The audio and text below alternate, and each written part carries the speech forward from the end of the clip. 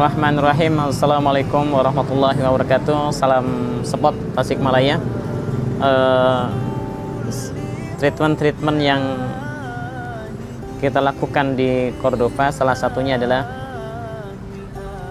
totok spot ya. Itu yang dominan. Tapi di sisi lain juga ada bekam dan juga ada FASDU dan ada yang lainnya. Di sini kita ingin membicarakan tentang apa sih bedanya bekam dengan FASDU ya.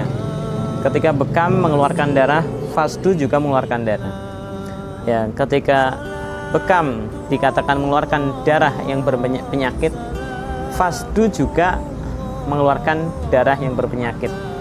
Dan ini yang jadi perhatian, cuman beda tempat ya, beda tempat.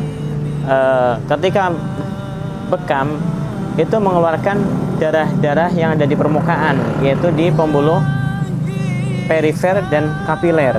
Kalau di ODET itu perifer, tapi kalau yang menggunakan jarum itu masuk ke kapiler. Jadi bekam itu mengeluarkan darah-darah yang dia di perifer maupun di kapiler.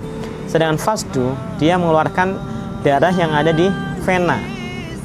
Ya, beda dengan donor darah ya. FASDU dengan donor darah itu beda. Kalau donor darah itu mengambil dari arteri. Jadi ada yang mengatakan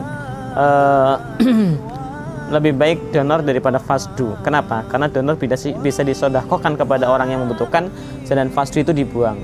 Justru salah pemahaman seperti itu. Karena darah FASDU itu tidak bisa didonorkan.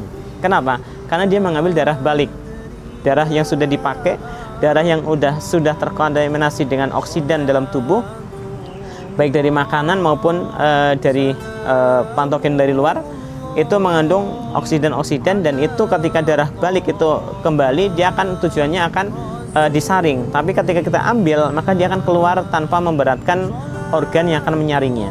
Dan ini harus bisa membedakan. Jadi bagusan mana antara bekam dengan FASDU, antara FASDU dengan donor darah. Dan itu semuanya bagus karena ada fungsinya masing-masing.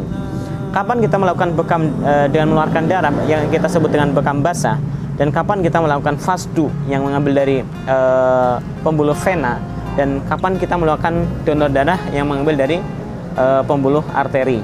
Ya, ini harus diketahui bahwasanya kalau bekam dia mengeluarkan penyakit-penyakit yang masih di permukaan atau penyakit-penyakit yang sudah didorong ke permukaan. Dan itu sangat sekali membantu bagi mereka-mereka yang penyakitnya ada di daerah meridian, yaitu daerah-daerah permukaan. Tapi untuk penyakit-penyakit yang disebabkan karena pembekuan yang menyebabkan si penyakit atau oksidan itu tetap di dalam, maka kita ambil dengan FASDU, yaitu mengambil di daerah vena pembuluh balik. Dan itu harus diperhatikan. Jadi beda fungsi antara bekam, FASDU dan donor darah, dan memiliki kelebihannya masing-masing, memiliki kekurangan juga masing-masing. Ketika penyakit ada di dalam, ketika di bekam maka tidak akan kena penyakitnya, dan ketika penyakit ada di luar kemudian melakukan FASDU maka pun tidak kena. Jadi masing-masing ada kelebihannya, dan hanya kita yang bisa melakukan, yaitu siapa terapis yang treatmentnya menggunakan diagnosa. Bismillah semuanya bisa teratasi dan bisa digunakan baik bekam, FASDU maupun yang lainnya. Salam support Tasikmalaya. Assalamualaikum warahmatullahi wabarakatuh.